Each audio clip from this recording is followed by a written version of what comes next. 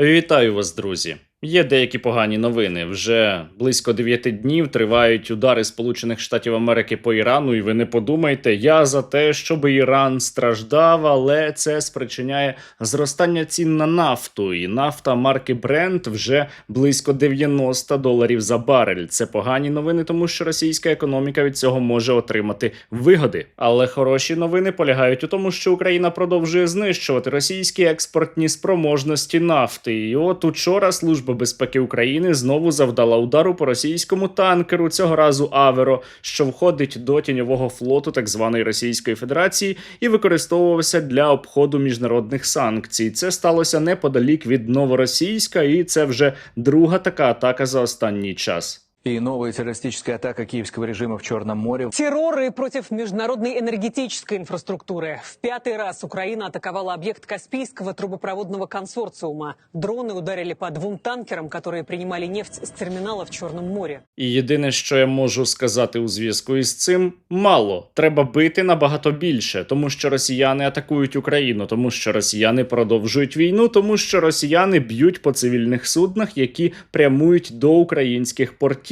Роблять це систематично і давно. Разом із тим над покращенням російської морської логістики активно працюють і сили безпілотних систем. Сьогодні вночі також було атаковано низку танкерів. Загалом за останні 15 днів було уражено щонайменше 183 судна. За традицією сьогодні вночі прилітало і по енергетичній інфраструктурі у тимчасово окупованому Криму. Горіла підстанція у Ялті, палала Алушта.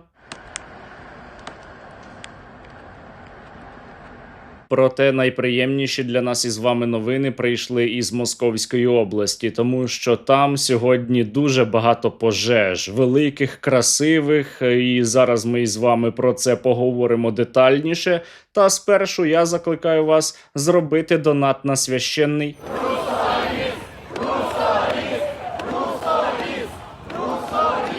Реквізити є, як завжди, в описі до цього відео. Ми сьогодні повинні закрити якомога більше запитів із фронту.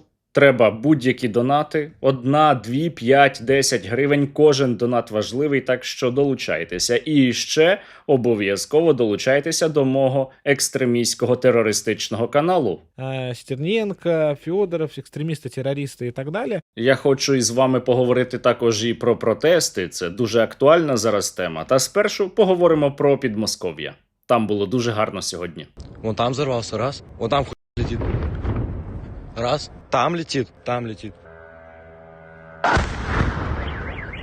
Нет, я домой. Мама, я не хочу умирать. А доведеться. Росіяни повинні відповідати за агресію проти України. Вони повинні платити високу ціну за те, що не відмовляються від подальших планів атакувати нашу державу. Ну і, власне, в рамках примусу так званої Російської Федерації до миру сьогодні було уражено щонайменше 3 логістичні об'єкти у Московській області. У Колєдіно палає логістичний комплекс Wildberries, найбільший сортувальний центр компанії. У Домодєдово горить логістичний парк Южні Врата. Палає промисловий парк Грівно в Молотілово, ну і ще там російська РЕБ спрямувала дрон у багатоповерхівку.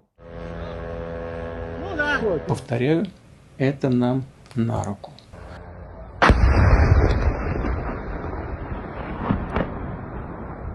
Тут я открываю окно, тут оказывается половину Подольска бомбят.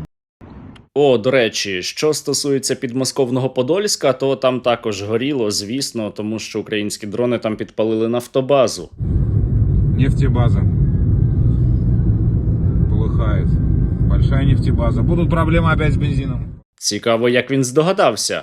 А ще тепер будуть плакати росіяни все більше та більше, бо їм плювати, що їхня країна вбиває людей у сусідній країні, але їм дуже шкода, що палають склади. Трагедия на складе Wildberries разрывает мое сердце. У меня 3-я попытка записать этот рилс, потому что я постоянно плачу. Кошмар. Вот такое утро. Во-первых, без паники. Это специальная военная операция. Росіяни постійно атакують хаби Нової пошти. Вони б'ють по складах українських магазинів. Вони вдарили вчора по книгарні, але коли їм прилітає відповідь, вони плачуть. Трохи плаче також і тимчасово живий пропагандист Соловйов від стану російської економіки та становища російського бізнесу. Бизнес и так находится в таком состоянии, что уже наладан, многие дышат. Здавалося би, у такому разі він мав би заступитися за компанію Wildberries, але ні, він навпаки її атакує. І це чудово.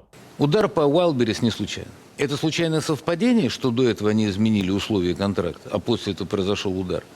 И большое количество людей оказались в тяжелейшем положении, потому что они теперь не можуть получить страховку. Тоді у такому разі я вважаю, що усе це зробила сама компанія. Вона сама атакувала себе безпілотниками. Проте російській економіці від цього стане тільки краще. Серйозно. Что это в первую очередь большая проблема для экономики страны. Что такие корпорации должны научиться делиться. Но это ладно, полбеды, можно спорить. В целом вся отрасль и экономика России вздохнет свободнее. Почему я так считаю? Да потому что все просто. Українські удари по так званій Російській Федерації мають прекрасний когнітивний ефект. Росіянам страшно, їм не подобається. Вони страждають і підозрюють, що, можливо, навіть може початися війна. Это не то слово, что страшно. Ночью все повскочили, как никто не поймет, в чем дело. Думали, что уже война. Просто страшно. Ну реально, как будто война. Страшно на самом деле. Але страшно росіянам не тільки від цього, а й від перспективи ймовірного повернення Михайла Федорова на посаду міністра оборони, і від того, що Сирського можуть зняти з посади. Вот то, что сейчас пошли мысли о том, что они хотят Сырского на кого-то заменить, хуже Сырского для Украины найти, наверное, сложно. Вот. Поэтому пусть остается. Поэтому пусть остается. Я вот начал переживать насчет, когда Федорова убрали, абсолютно с тобой согласен. Для нас это супер позитивная история, потому что талантливее, чем Федоров, найти им будет непросто. Зараз дуже важливо демонструвати свою громадянську позицію. Дуже важливо говорити, як є, говорити правду та діяти по совісті. Дуже важливо говорити замість тих, хто не можуть цього зробити, хто навіть на свій страх і ризику все одно долучаються до протестів. І так, я кажу про те, що дуже важливо сьогодні захистити нашу армію.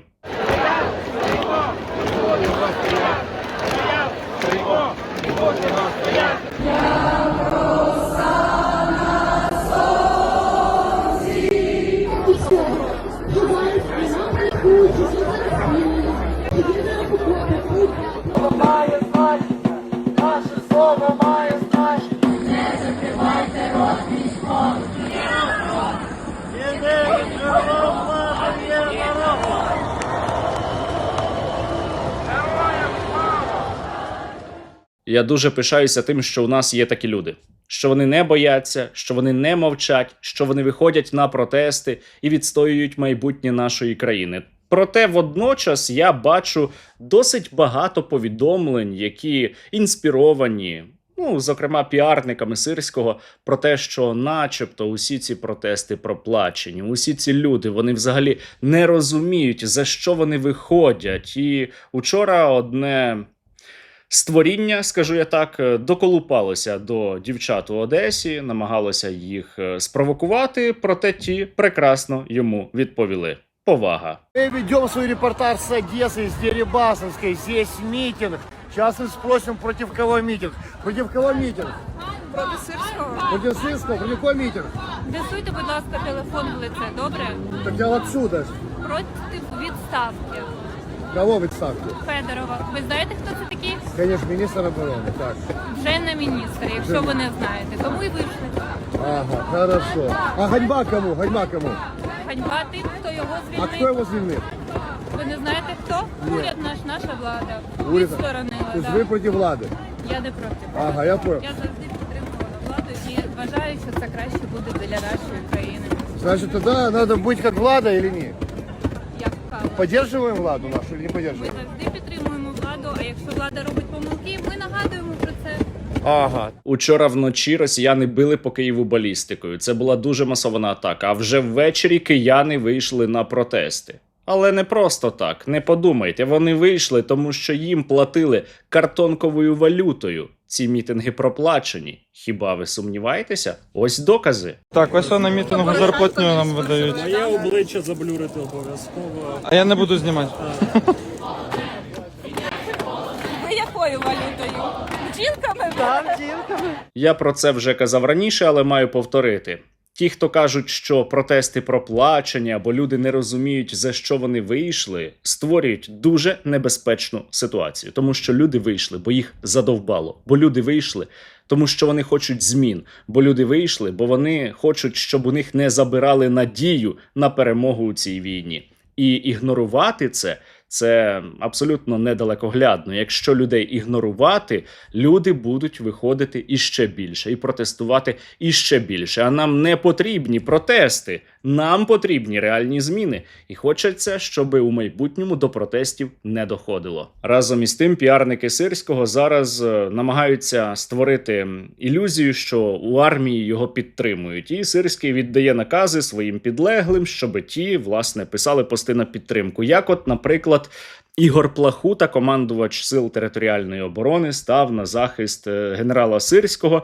І я маю нагадати, що це той самий Плахута, який під час Революції Гідності командував підрозділами внутрішніх військ під час розгону Майдану 10 грудня 2013 року, а іще він зберігав в силах ТрО отакий експонат, як Кузьмук. Думаю, тут вже нема що коментувати. Це я навіть не казатиму, в якому стані зараз перебувають підрозділи ТрО. Я зараз маю дуже невеликий стриманий оптимізм і маленьку надію на те, що зміни усе ж таки відбудуться і що вони будуть якісними. Президент України Володимир Зеленський вчора повідомив, що він знову консультувався із військовими, зокрема із генералом Драпатим, наприклад. Сьогодні продовжив говорити з досвідченими українськими військовими Михайло Драпатий, Володимир Горбатюк, Олег Апостол. Кожного з них в армії добре знають. Це були доповіді і по ситуації на напрямках, і загалом розмова по ситуації у війні. Важливо оцінити подальшу нашу стратегію, наші українські активні дії, як змусити Росію завершити цю війну достойним для України миром та гарантованою безпекою. Це має різні складові. І хочу почути, як це бачать командири та командувачі в наших силах оборони та безпеки України. Завтра у мене ключові розмови. Україна має досягати своїх цілей. І це буде.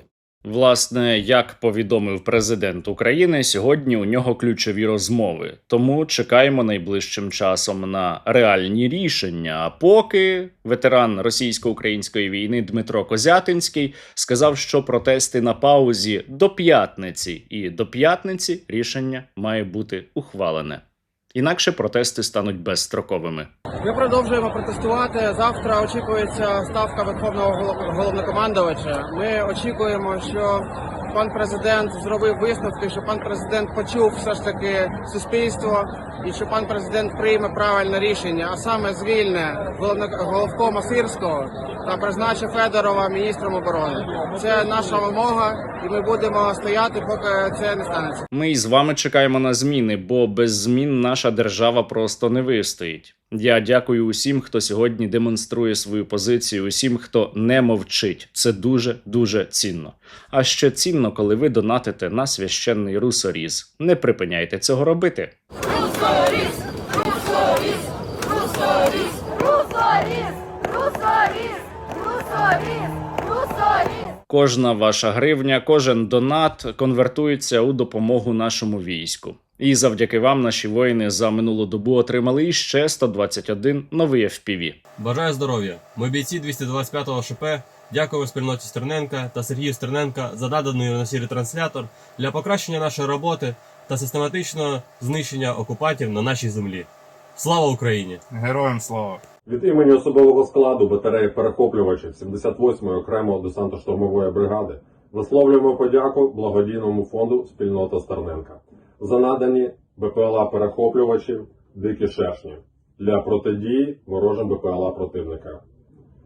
Кожен перехоплювач – це складова щита, що боронить небо України. Дякуємо за допомогу. Слава Україні! Героям слава! Бажаю міцного. Ми бійці 2-го батальйону 95-ї окремої десантно-штурмової поліської бригади. Дякуємо Сергію Стерненку та його спільноті за чергову партію впівдронів, які найближчим часом потраплять на наші позиції та будуть ефективно уражати нашого ворога. Донатьте на фонд УСОРІС. Разом до перемоги. Слава Україні! Героям слава! Спільнота Стерненка, привітулі. Група спеціального призначення «Гострі картузи» дякує спільноті Стерненка за чергові передані дрони-перехоплювачі, якими ми знищуємо ударні та розвідкрила.